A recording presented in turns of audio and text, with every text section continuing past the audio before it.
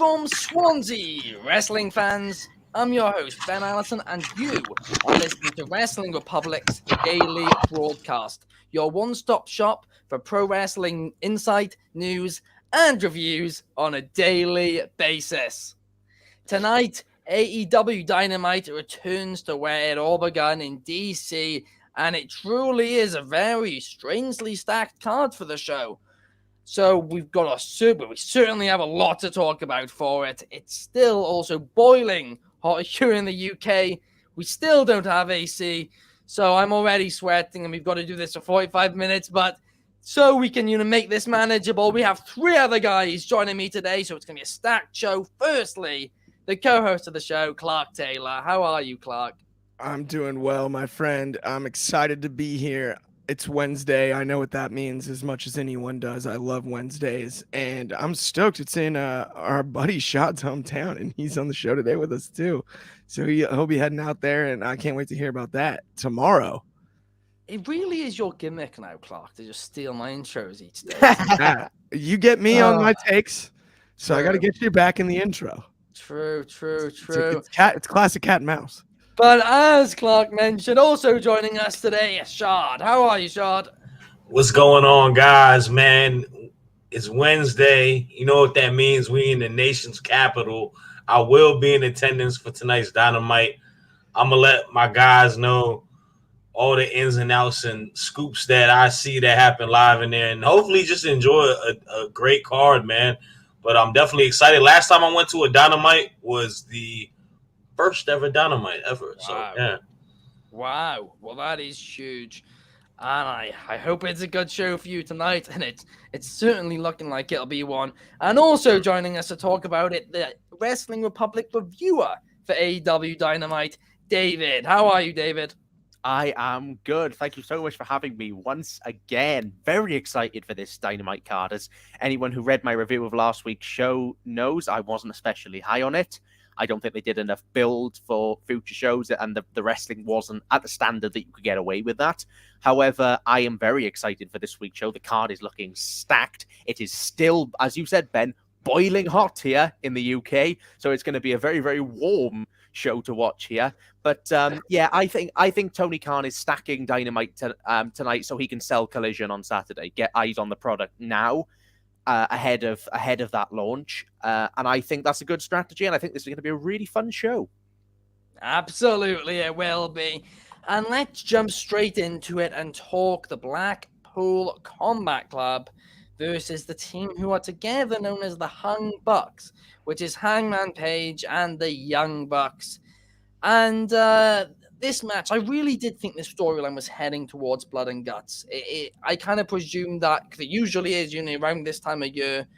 I do hope this is going to be after Forbidden Door. We see it now. I hope they are having to scrap it till later on in the year, because I'd love to see the Blackpool Combat Club plus the Kesh. They're taking on the Elite plus Kota Ibushi. Of course, it's very unlikely while New Japan and AEW doing crossovers in the build for Forbidden Door that Kota Ibushi is going to be involved in any way. So I presume that's maybe why they're waiting. But I really do hope this is building towards a blood and guts match, because these two teams in the blood and guts, it would be the perfect blow-off match for a great feud. As for this match tonight, I'm kind of presuming Hangman Page and the Young Bucks, get a win. Otherwise, the Elite have lost basically every match in this feud. But Clark, I'll head to you first. What's your thoughts on this? I think this is a logical spot for shenanigans. Not very often on AEW TV are we cool with DQ finishes or even full-blown ref bump shenanigan type things. I think if you're ever going to do it, tonight's the night.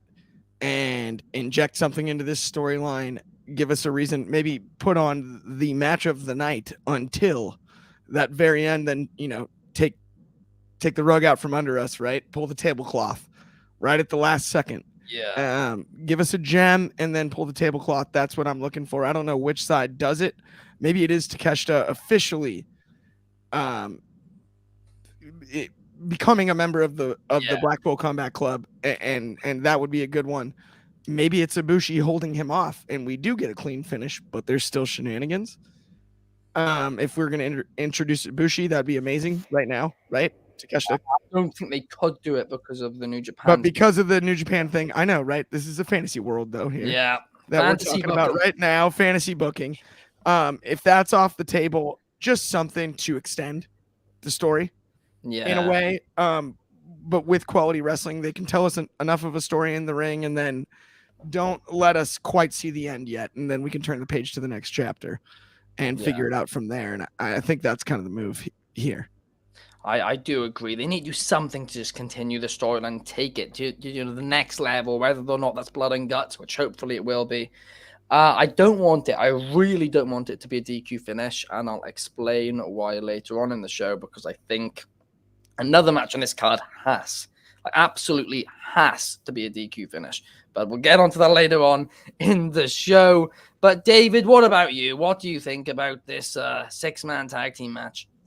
I think this is going to be a grand old time for us professional wrestling fans, because you have 6 great professional wrestlers doing good professional wrestling things.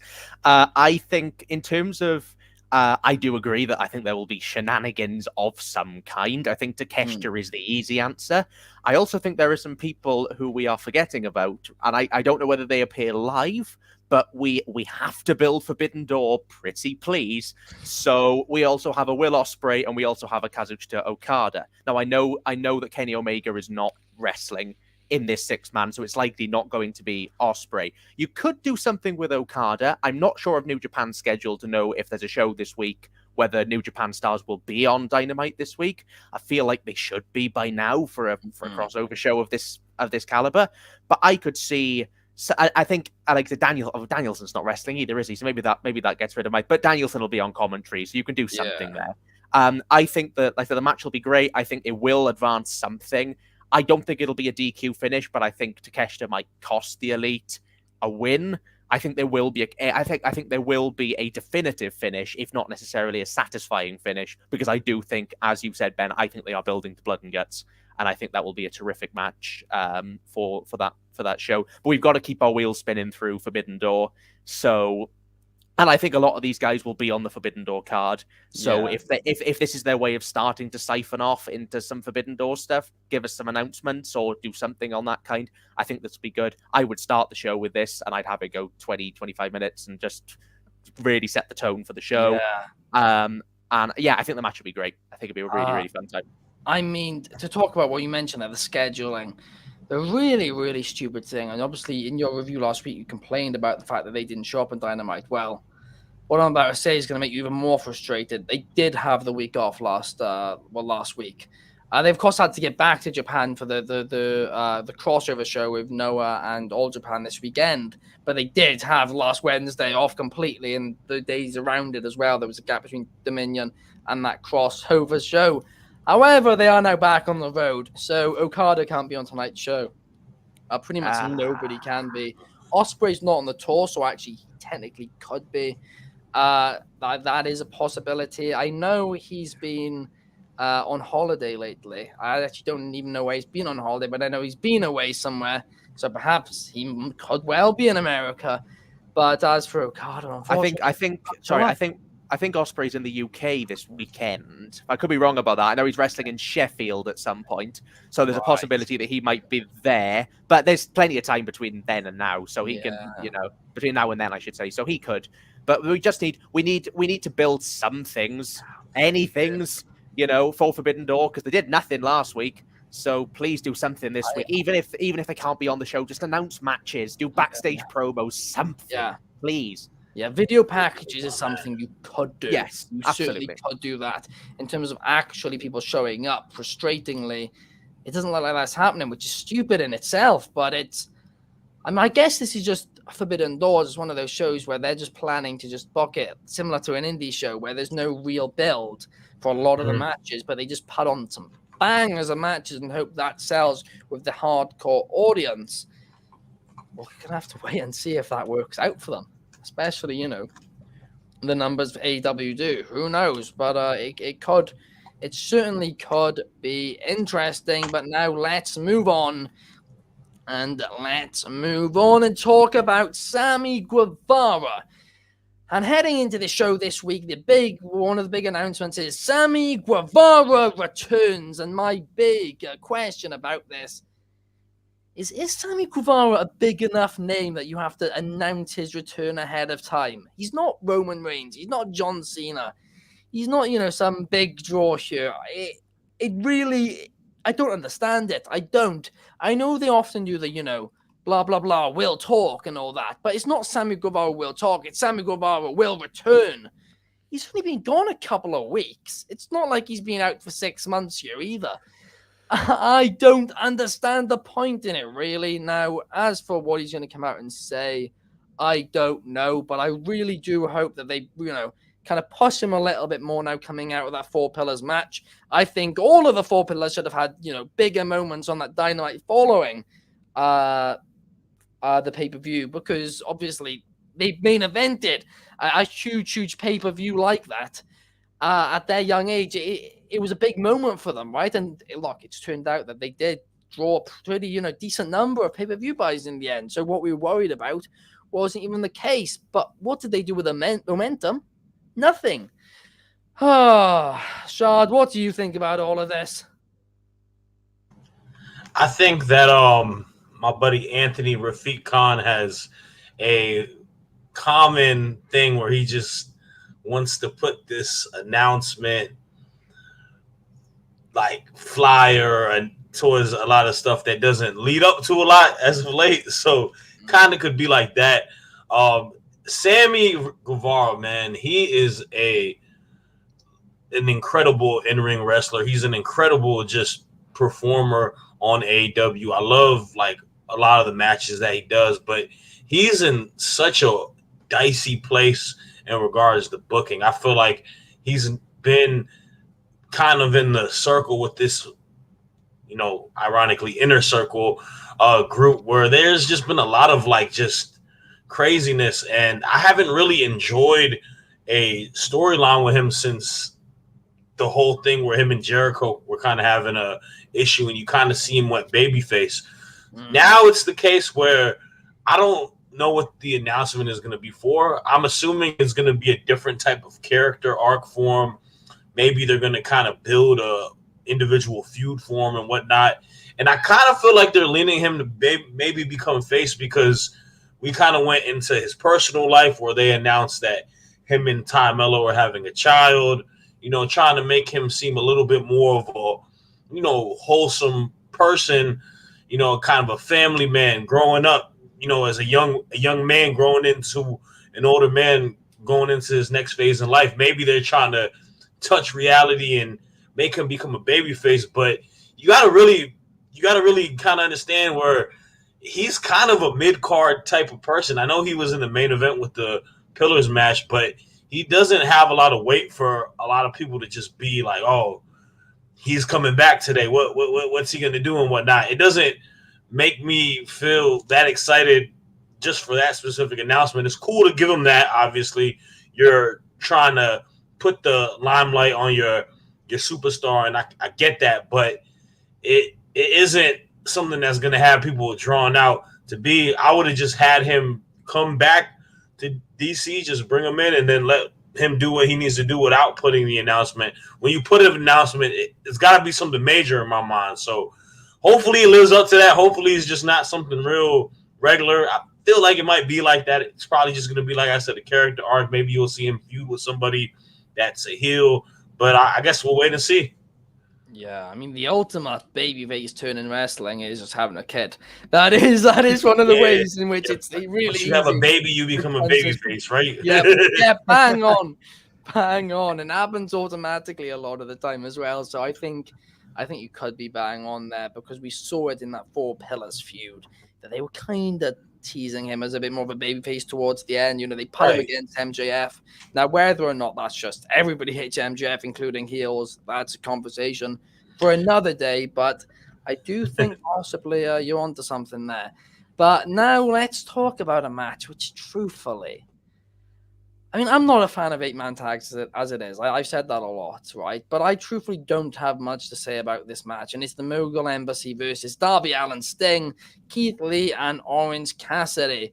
However, thankfully, somebody on the team actually really does care about this match and has a lot to say about it. So instead of me just saying, not much, I'm going to pass it to David, and David can tell you what he thinks about this one. I'm so excited, and I don't know why. This is one of those instances. This particular match, we're all pro wrestling fans. We all have our favorite wrestlers, and sometimes they put all of our favorite wrestlers in together, and we get very, very excited like school children. This is my match. Story-wise, there's not a lot to this. We're building kind of the embassy and against all these different lads. And they're all people who've, had been feuding with the Mogul Embassy. But for my money, I mean, from a personal standpoint, of my five favorite wrestlers in AEW, 4 of them are in this match, which is Swerve, Allin, Keith Lee, and Orange Cassidy. The other one in that 5 being MJF. This is the kind of match that I feel like has been built purely for me. This is not going to have much story to it. I don't expect. I want 10 minutes. And just maybe didn't even have to go that. Just put all my favorite people in a match. Let them fight. Let me smile. Let me have some fun, and then give me a decent ending. I don't care who wins. Actually, no, I do. I think the Mogul Embassy need a bit of momentum, so maybe they go over. We seemingly build. We seem to be building the Keith Lee and Swerve Strickland feud for 2058. At this point, because crikey, we seem allergic to finishing it. But story-wise, I have issues, I have gripes, I have nitpicks of things that aren't necessarily. But from a purely kind of non-cynical wrestling fan who just loves these guys, I'm just really happy that these people are in the ring together. And sometimes that's nice. I'm more excited for this match than anything else on this card, and it's got the least build of anything on this card. But this is this is all my Christmases come true. Please don't let this be. Please give this a little bit of time just to satisfy me, and I'll be absolutely grand. Yeah, I mean, what you actually did bring up though as well about Keith Lee and Swerve. I have noticed something with AEW in recent weeks, right? They do tell, obviously, a lot of stories in the mid-card, but it's just so hard to keep up with them. Like, you've got to watch Rampage, you've got to watch all these little things, and they don't give any segments time to breathe, which is, of course, what I always talk about. They don't give stuff time to breathe. I'll process it.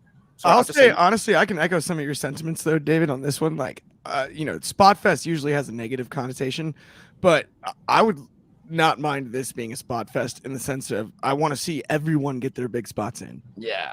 And just give them time to do that. And this is as fun as could be. I can totally see that. I agree with you on the mid-card storytelling, but I also think this is a time that they can do it. Yeah. Got almost a blank slate to really paint something here. Keith Lee deserves a little better, man. That's all I have to say. I agree, Sean. I agree with that. A lot better, to be honest. Well, I mean, they've got Collision now. Hopefully that can help. I will say, we mentioned about kind of having to follow Rampage to follow this story. I watch Rampage. There's nothing in the last 2 months, nothing's happened. Haven't even showed it on Rampage. We've had bits and pieces with we had Parker Boudreaux who disappeared. I don't know if he's injured.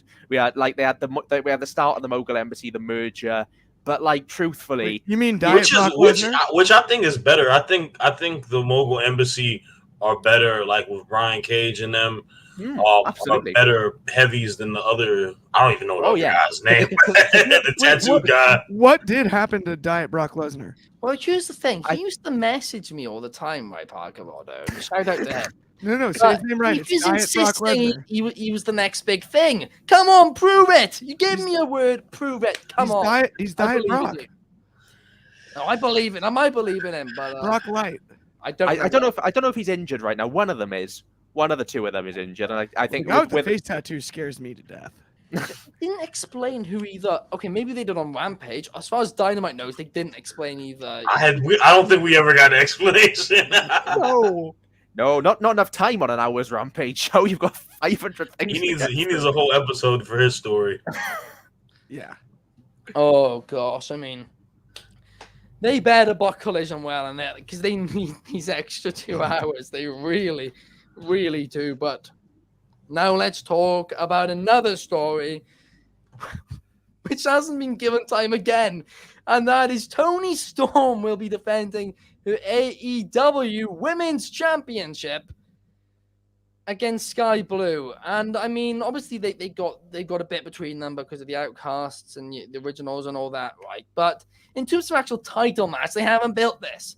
It feels like the women's title, when Jamie Hayter had it, it felt like it was the least important thing in that storyline. And now Toni Storm's got it, it still feels the same way. Build up a storyline. Don't just give out random title matches, especially when it's talent such as Skye Blue, who does have a lot of potential. Unless you're doing it as some open challenge that, Skye Blue's accepted, I guess. But even then, it doesn't suit Toni Storm's gimmick. So I don't understand what the point in that would be. If it was, somebody doing an open challenge, then yes, I get it. But for Toni Storm, this doesn't make sense. Build these title matches more, make them feel more important. But Clark, tell me what you think about this one.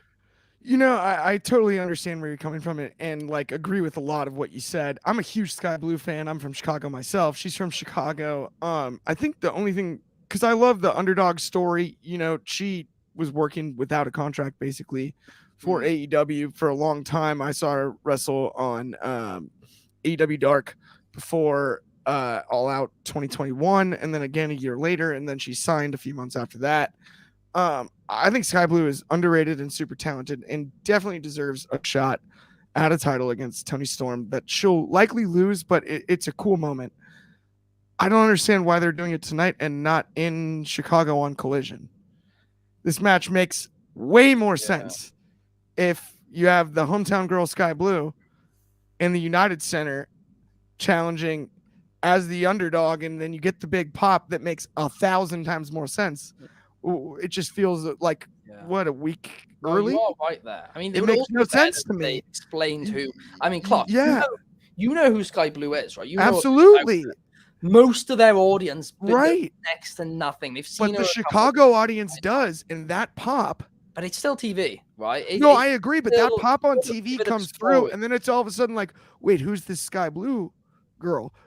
You know what I mean? Yeah. If you put it in the United Center and you hear the big pop from the Chicago audience, for her on television, that comes through on TV. You can hear crowd reaction on TV. That's true. You can, and I think that's how Willow organically has gotten so over.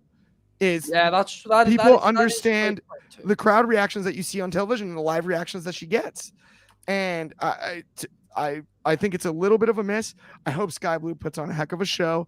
I'm very confident. Obviously, Toni Storm's going to go over, but at the end of the day, it just makes no sense to me not to do this one in Chicago.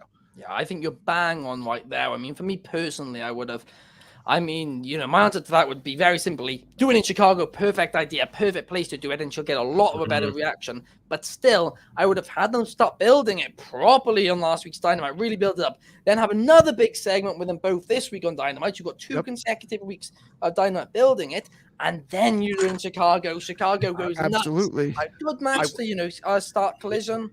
Brilliant. I will say on this, just from a personal standpoint, am I the only one of the 4 of us that watches Rampage? Just out of curiosity, I know Rampage is. I'll watch it. I watch it. So she won a fatal 4-way qualifier on Rampage. Yeah. So this isn't entirely buildless. She beat Britt Baker, which is a big deal. I would have still put it on Dynamite last week because it would have at least felt like less of filler nonsense. Because like a lot of last week's Dynamite did feel like filler, so it would have at least advanced something going forward. But she won the fatal 4-way on Rampage in a very good 4-way. There has been build. This isn't just a match that's been announced. Like Wardlow versus Jake Hager has significantly less build than this. But I agree with you to the extent that they it reached the point, is it our fault for not watching Rampage? But also they don't make us watch Rampage. And by the way, not to spoil it on Wardlow hater. Point about this, right? Britt Baker got pinned. Huge deal. I didn't even know about that. That's a huge deal. I don't think she got pinned, but she did lose. But there was 290,000 viewers on that watching that. That is less than 1/5 of Dynamite's viewership. And it was the main event when it's like really late. Now that's like Yeah, by the way, that's 10:45 on the West Coast. I have one thing to say. I know why this match was booked. If you don't remember, post press conference, they were talking about who would you like to fight at Forbidden Door to defend your title, and Toni Storm sarcastically said, "Just give me the Skye Blue of their roster, someone who's an easy win for me and whatnot." So, I Even last do year like in that. the Though. press conference. I think that's where the bug came from. The idea, though. That's more so I what it still is. do like the one-liner and to put stuff out there like that. I think is fun. It is funny because I know we're gonna get into Wardlow Hager next, but let's not forget, guys. The last time that they suited up against each other, it was an MMA fight during the pandemic, and in a cage. Remember, they had an MMA fight. This is a rematch. Yes, I do. They I had forget that in So just funny. a second, but I mean, I did completely forget about that though. I'm sorry. mean, I light bulbed me, and I had to say it. Like you said, Shard, right? They mentioned that in the press conference. I love that. But then show that on Dynamite. Do a little clip of it. I and agree. being like, I agree. well, 100%. why did you disrespect Toni Storm like this? Sorry, why did you disrespect Skye Blue like this, Toni Storm? And then she can do answer. Maybe they have a bit of a backstage fight. Then this week they have a promo battle, and then they do in Chicago on Saturday. Sorry. I mean, they could have done something, but oh well. Let's give them the benefit of the doubt for the time being, because obviously they're kind of in the stage right now of they're just waiting for Collision to start this Saturday night. But now, like Clark just mentioned, we have Wardlow defending the TNT Championship against Jake Hager tonight. And this is random. This truly is random. But I mean, TNT fights being random, I don't have an issue with, because the entire thing at the start was, it's kind of an open challenge thing. That's what, Cody made it. That's what Darby Allin's done at times. I don't have a huge issue with it when it's random for the TNT title. I don't. I'm not overly excited for it. I will say that. But for what it'll be, hopefully, it'll be a fun little match. But Shard, of course, you're going to the show. Are you excited for it? Oh my goodness, man! I might be at the concession stand for this match. No disrespect to these two guys, man, but I don't have a peak interest of a Wardlow and Jake Hager match, especially when you just mentioned that last time these guys fought was in a very scripted MMA. I don't like that stuff at all. But in regards to the match, I mean, I've had issues with this belt for a while. I feel like they've just muddied up this belt so much. This is supposed to be the belt where they had that reign with Miro, where he was just a dominant champ, fighting people every week, and it held in so much prestige. It's that mid-card title. It's that TV title. But now it's gone in so many different directions, and I think maybe the last time I enjoyed it was when Sammy and Cody had that ladder match. Like, Wardlow's, and then when Wardlow won it initially, but it's become so weird, and this match itself is just so random. I mean, Jake Hager is a guy who I think this is just his role. Didn't he fight Cassidy in just a random opportunity for the international title? Like, I mean, he's one of these guys that is just holding off the brand of him being a former guy who was on WWE and him on AEW now. Like, he doesn't do anything. He's part of the inner circle, but he's not really there on weekly television doing anything.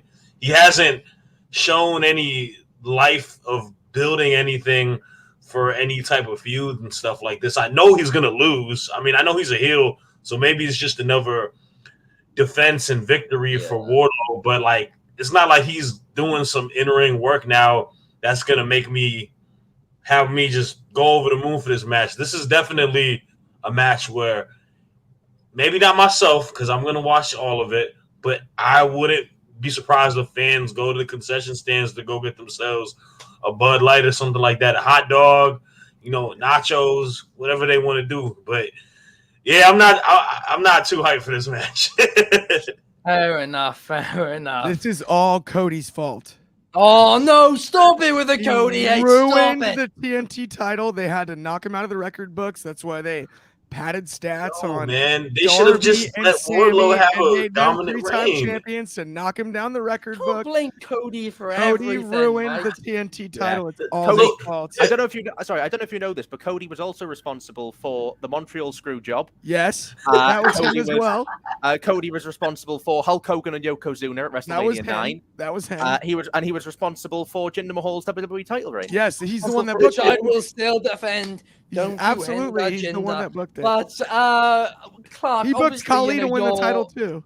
But very, very, very quickly, because Clark, obviously, we didn't have the show back then. You're a big MMA guy, obviously.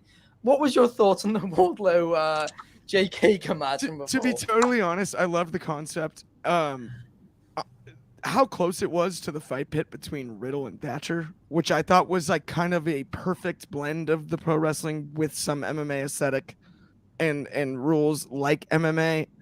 To compare the two, it didn't look good. It was not great. Wardlow would be unfortunately dominated by Jake Hager in an MMA fight, and in a pro wrestling ring, Wardlow should dominate Jake Hager. So it just looked odd. Yeah. And I wish I could say I loved it, but I'm a big fan of most of the fight pits. Even the Rollins fight pit I enjoyed.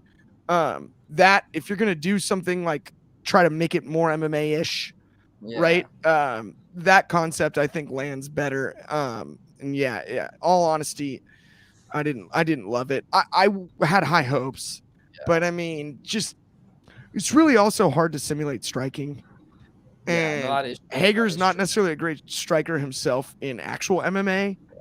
So when you watch him throw like clinch punches and like lefts and rights that are like so obviously pulled, I think that hurt. Sorry, Clark. I was just going to say. No, go right ahead.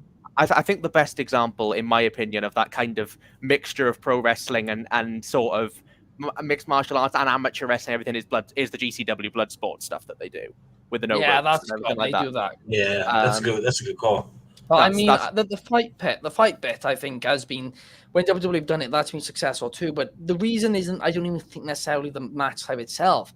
I think it's usually they do it with guys who, have more of a striking background, like Riddle and Thatcher, and that's why a lot of that works well. I would still agree. David made a great point though about the blood sports. Blood sports about as good as it gets. If you haven't watched that, certainly do. I mean, you do have some fights on that where you kind of like it does feel a little bit similar. You're like, no question, but.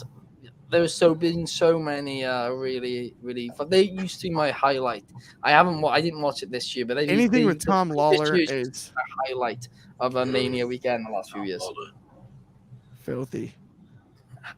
And we've got Anthony Manzano in the comments here saying, "Stop blaming Cody for the fucking incompetence of the TNT title." Talk to him, Anthony. I was joking. You know that. And we've got Matt Williams saying. He's here for David's Pumpkins Bloodsport is awesome. That might be by It T-shirt, possibly. Oh, I don't know. Okay. I don't know. Keep MMA and wrestling separate. Looking at you, Ronda. Ooh, Matt Williams giving Ronda a couple of strikes there. What about Brock? Look, if we could get a Brock and Riddle in a just because I know they got problems, that'd be great. Spike my interest. Fight pit. Fight pit. Brock Lesnar in a fight pit. That would be brutal. But now let's talk about a match which is happening. And it's happening tonight. And MJF is facing Adam Cole in my least favorite match stipulation, a non-title match with a champion. I went on a rant about it before Raw on Monday, but I'm consistent with it. When any promotion does it, I don't like it. But this is a difficult one, right? Because this is your world champion as well. This isn't a singles champion. This isn't a tag champion. This is the world champion. Your world champion cannot lose. I'm sorry. They just cannot, right? But obviously, they're building MJF and Adam Cole as the next big feud. Adam Cole deserves that big title feud. No doubt about it. So this is a really difficult match to book here. And the only logical way you can do it is by having there be a DQ. But it needs to be done right, okay? Because AEW doesn't do DQs much. So when they do them, then it means something. And the way which you do it is you have a brilliant match between the two. And then right towards the end, Adam Cole, gets the upper hand, hits the Panorama Sunrise or whatever it's called. Panama Sunrise. And then goes for, I mean, you guys know me, I'm absolutely awful with move names, but You're good. then I've completely forgotten they made this finisher as well, but the run-in basically knee to the back of him. He goes to do that on MJF, and then MJF just gets out his ring or whatever in the middle of the ring, hits Adam Cole with it right in front of the referee, or even just a low blow right at the end of the match and gets himself DQ'd. It's basically just a last unit. He's basically beaten. So MJF just decides, screw it, I'm going to get myself disqualified because it's the only thing I can do to not lose this match, right? So you're coming out of this match being like, Adam Cole would have won it. He would have won it. You know, he was completely screwed over. But at the same time, a little bit of you will be like, well, maybe MJF would have kicked out or something. Who knows? You don't know it for sure.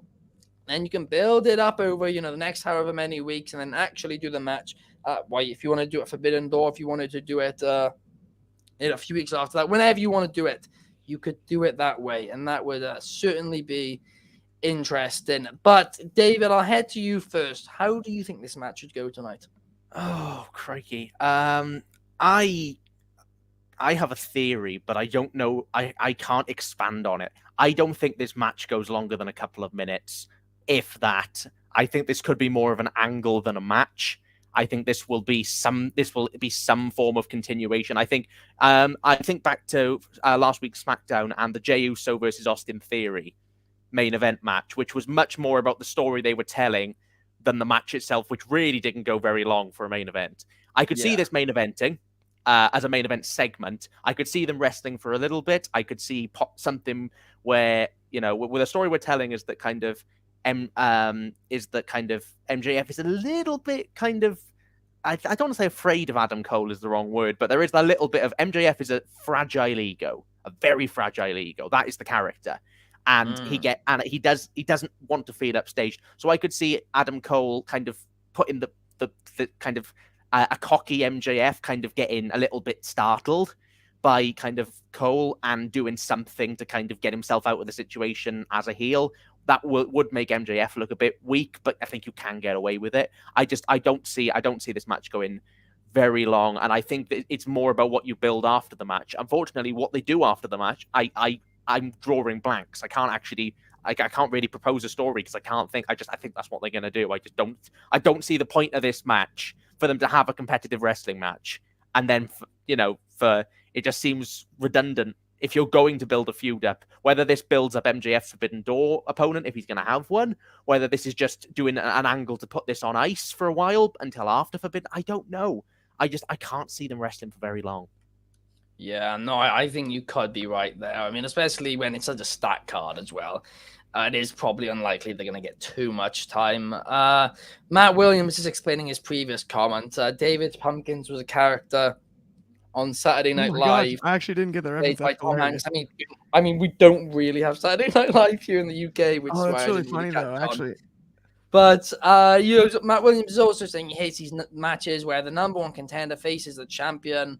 Yeah, I completely agree with you. But Shad, you're of course going to be here tonight at Dynamite. What's your thoughts on this? Yeah, I mean, in regards to title contender matches, I hate it on WWE and I will hate it on AEW. I'll hate it on any wrestling promotion. I feel I feel a lot of people share, and I think you even said it before.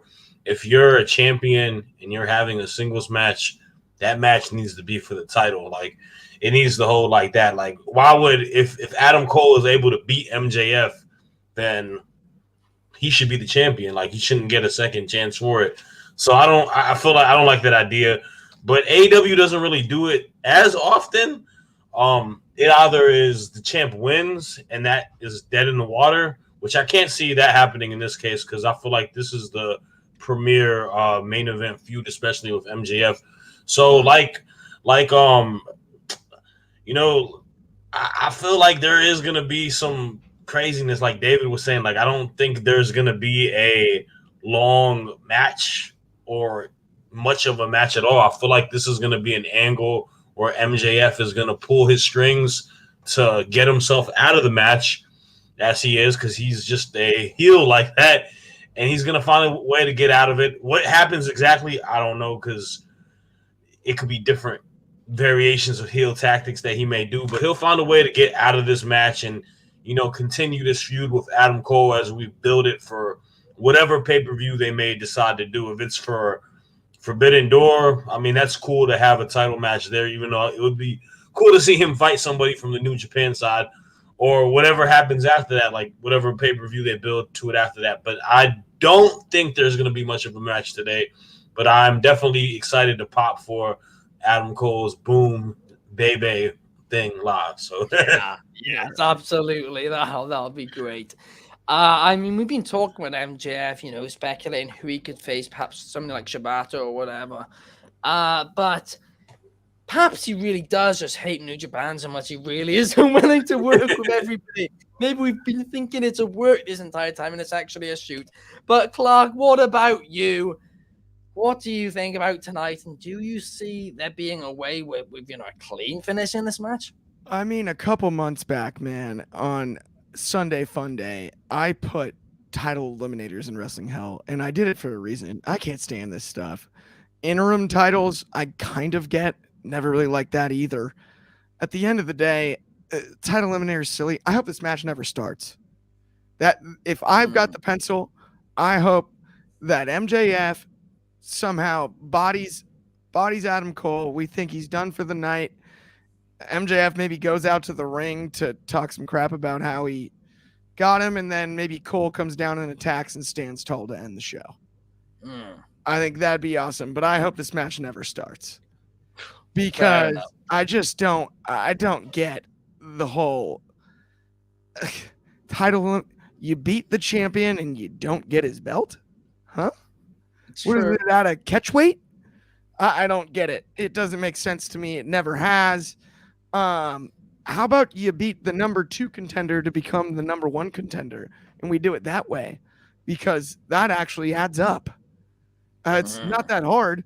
Why don't we have Adam Cole beat whoever else we thought? Now I understand we exhausted 3 of them at the last pay-per-view in a fatal 4-way, but I don't know. Isn't there somebody else that could challenge, and then Cole wins to become the number 1 contender? Not that hard. Maybe MJF tries to prevent him from winning to become the number 1 contender, but why does he get to wrestle MJF but not for the title? Come on, man.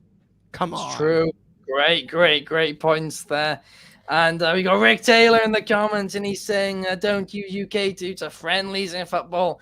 That's just as lame as this match. Well, I mean, to be honest, friendlies in the football, they don't make too much sense. The